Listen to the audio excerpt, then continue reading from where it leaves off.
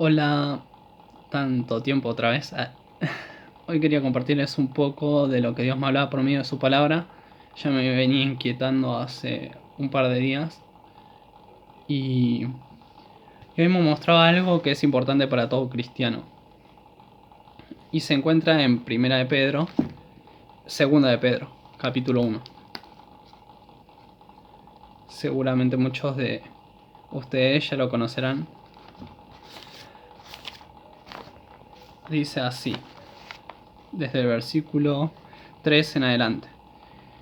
Su divino poder, al darnos el conocimiento de aquel que nos llamó por su propia gloria y potencia, nos ha concedido todas las cosas que necesitamos para vivir como Dios manda.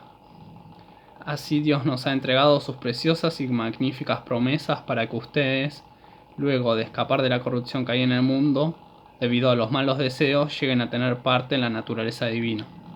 Precisamente por eso esfuércense por añadir a su fe virtud, a su virtud entendimiento, al entendimiento dominio propio, al dominio propio constancia, a la constancia devoción a Dios, a la devoción a Dios afecto fraternal y al afecto fraternal amor, porque estas cualidades si abundan en ustedes les harán crecer en el conocimiento de nuestro Señor Jesucristo e evitarán que sean inútiles e improductivos.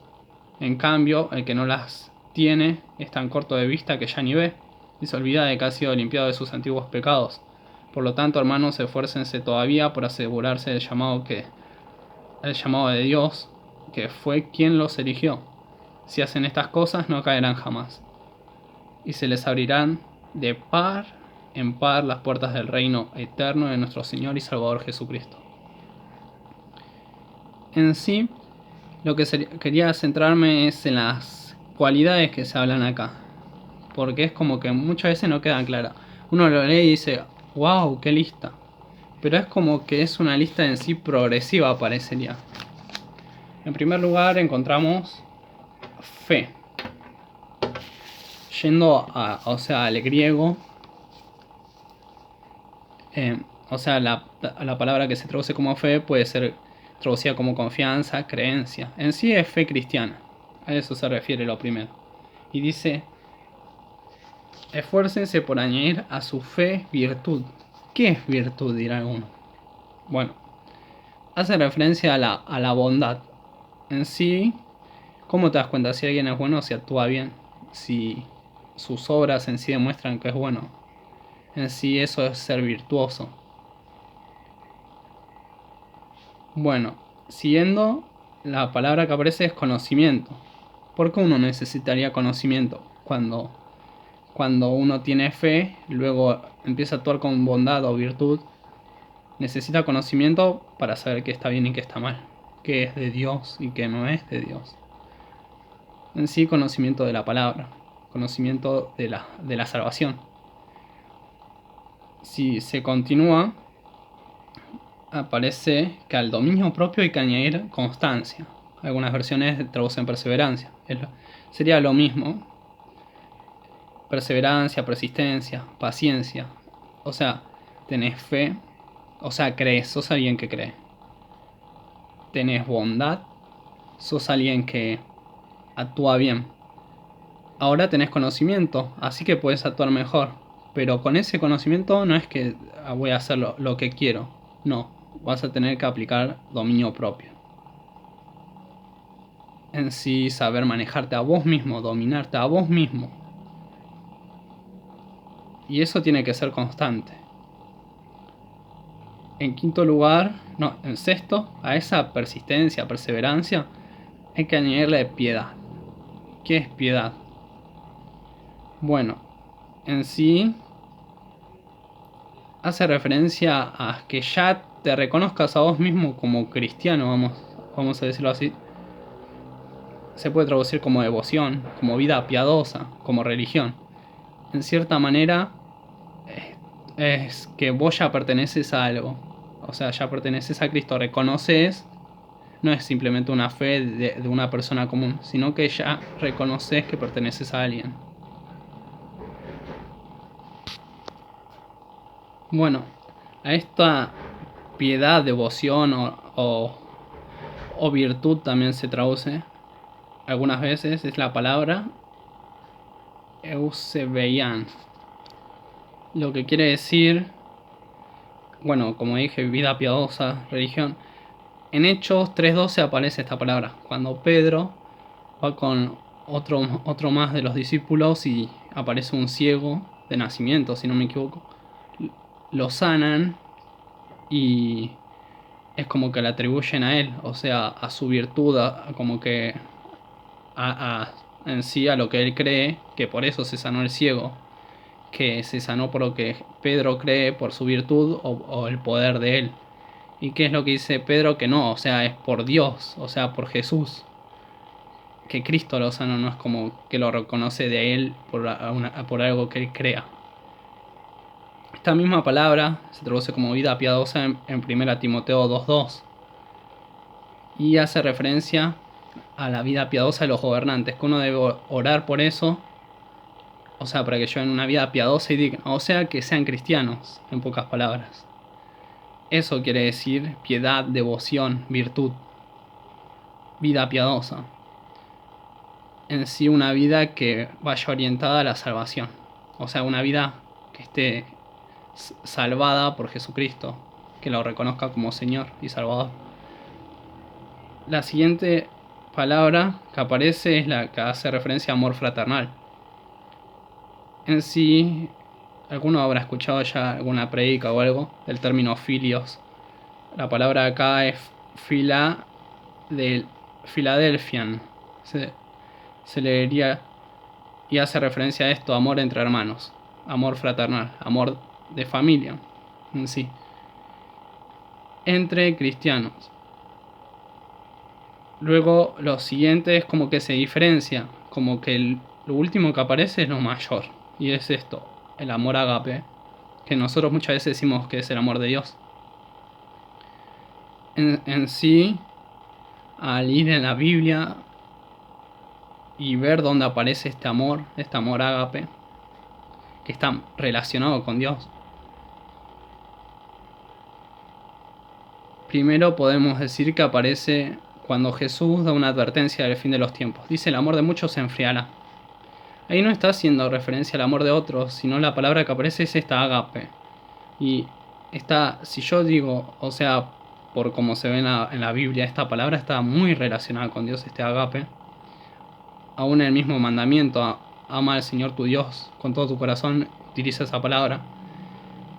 No es que alguien que no conozca a Dios lo va a manifestar este amor.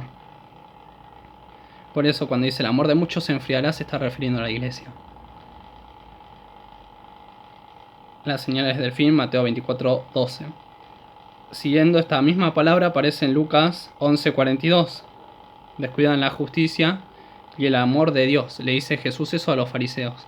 O sea, ustedes dan el diezmo de todo, o sea, todo lo ritual lo cumplen al pie de la letra, pero la justicia y el amor de Dios no lo manifiestan.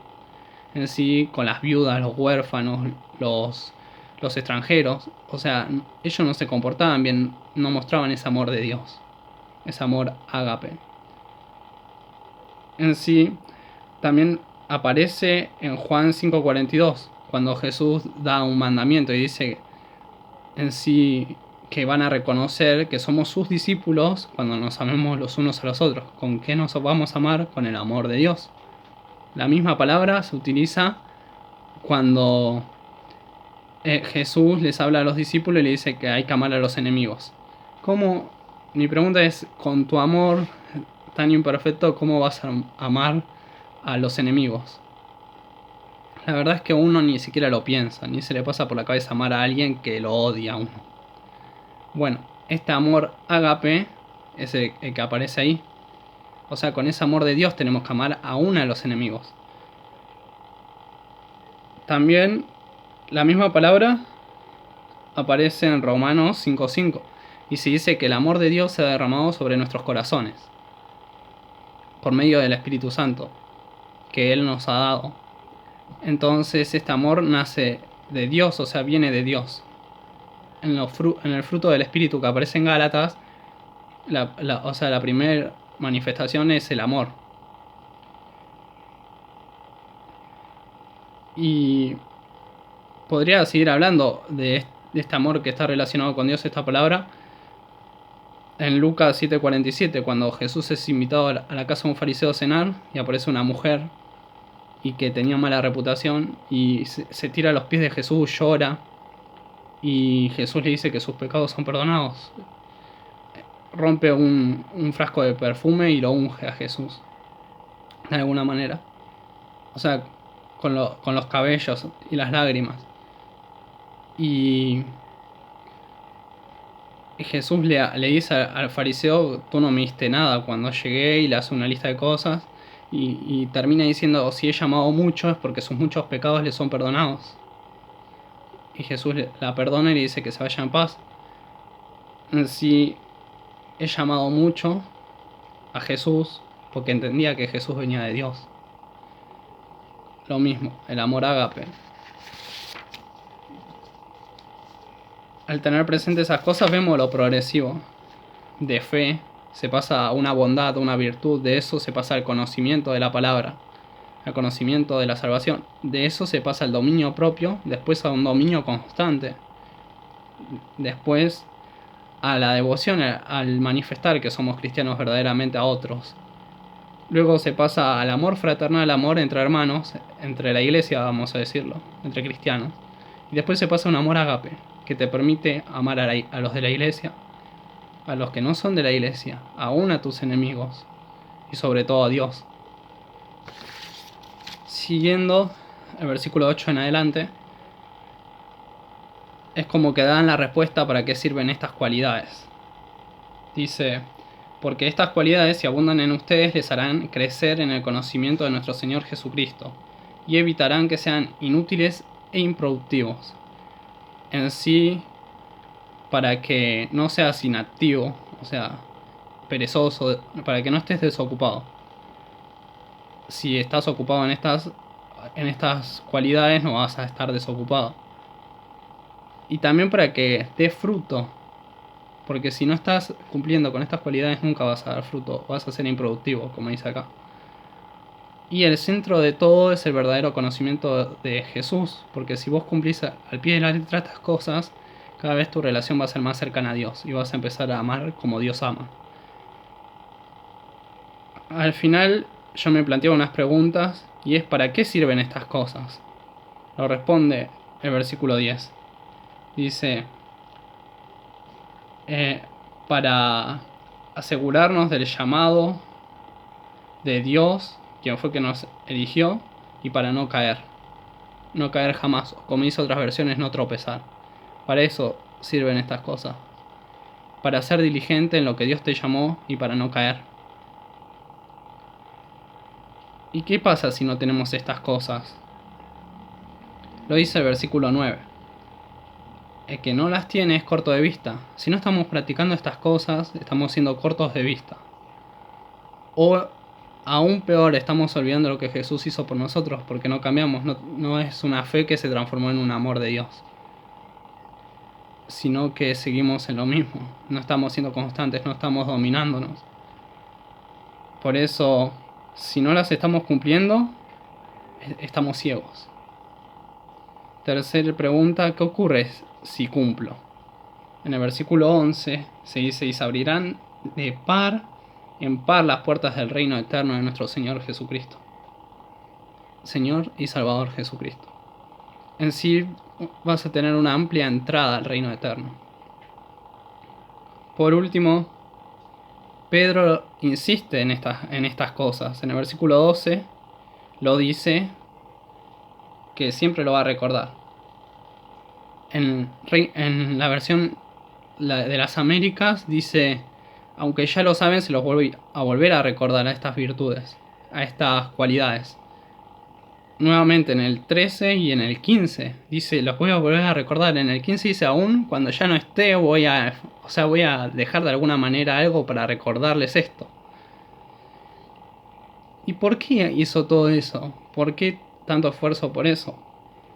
Y en sí lo resume que porque fue testigo ocular de Jesús.